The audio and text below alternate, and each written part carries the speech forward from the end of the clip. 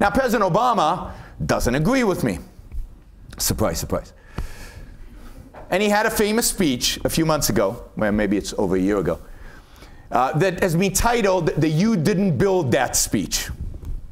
Because in the speech he said to businessmen, to people who are engaged in activities of business, he said, you didn't build it. Not by yourself. You had employees. You had a great teacher in high school that's responsible for your success because she inspired you. You drove on government roads, and therefore society invested in those roads, so they own a piece of it. You didn't build it. We built it. If you know a little bit about American political history, I guess, Hillary Clinton had a book years ago called "It Takes a Village." And that's the attitude, right? You don't do stuff by yourself. You need other people to produce stuff. I mean, Steve Jobs did not do this by himself, right? He needed employees and he needed designers and all kinds of people in order to make this. And of course, he drove on the roads and he went to the schools and everything. And that's the reason, they say, that wealth should be considered social. Because all of us did it together. Really? So yes, Apple has employees, I have employees, any business has employees. But you know what? We pay them. They get paid. That's the return they get on being employees. And they get paid better than any other alternative they have. Otherwise, what would they do? Leave and go and work for somebody else. And you know what? Every business, and I know this will come as a shock to you guys, and will be a little depressing, but every single business that ever employs you will make a profit off of you. You'll get a little bit less than what you're worth to the business because nobody's going to hire you to lose money for them. They hire you to make money for them. So they're going to make a profit off of you in any job that you have. It's just like the iPhone and me buying it, right? When you take a job, you know, you're coming out of Exodus or what, 60,000 pounds a year? You know, I'll be generous, right? I don't know. I have no idea. That sounds like a lot of money. That's a lot of money. If you accept a job for 60,000 pounds, how much is your time worth to you? Less than 60,000. That's why you're willing to take 60,000 to give your time to this company, to whoever's employing you. How much is your time worth to your employer?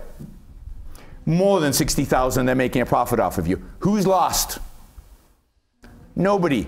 No exploitation, no, right? It's a choice. It's a trade. Win-win, just like when you buy the iPhone or you buy the nice shoes or you buy anything else in the mall. Labor is the same type of trade. Win-win. You wouldn't take it if you're not going to be better off by doing it.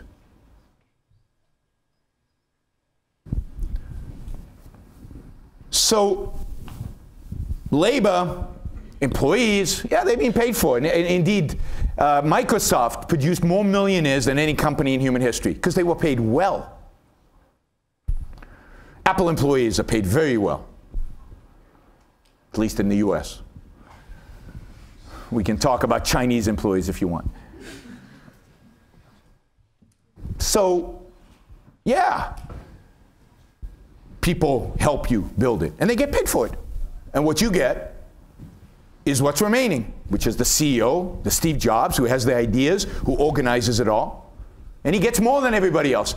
You know what? Because he's more valuable than anybody else. Economically, in terms of production, in terms of value to the economy, in terms of value to your lives, he's more valuable. So he gets more. What about the roads? Right? Government roads, you're using them every day. Don't you owe society something for the government roads? Or I'm talking about Steve Jobs or Bill Gates or any rich guy, right? Well, where do government roads come from? From taxes. And who gets taxed? The wealthy gets taxed the most. They're paid for the roads. They pay for it all the time. Indeed, you don't have roads until you have wealth. We in the modern times, we think the government somehow has money and they create stuff and then we build on top of that. No, government is nothing until business actually builds stuff, creates some wealth, which then can be stolen from it to build roads and other stuff. The primary is not government. There are no roads, good roads, until you have tax money to build the good roads. So somebody has to produce something so that you can tax it so that you can build stuff. The primary is production. The primary is the making of stuff.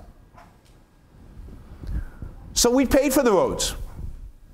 What more do you want? It doesn't mean the product is society's. It doesn't mean the wealth is society's just because I paid for a road that I'm using. And then, of course, there's a teacher.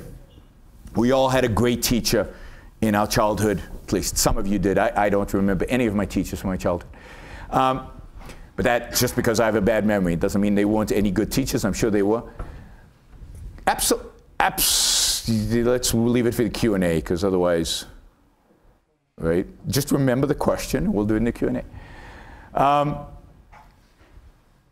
What about the teacher? Well, A, they get paid. That's their job. They do a good job. That's wonderful that they do a good job. But if you're rich, and you really had a good teacher, then I think it would be nice and just if you went to that teacher, thanked her, and, you know, wrote her a nice check. That would be cool. That's great. But I don't think we should impose that on you. I don't think you should feel guilty because you had a good teacher. I don't think because you had a good teacher, society owns the stuff that you make. It doesn't give society a right to your value, to what you produced.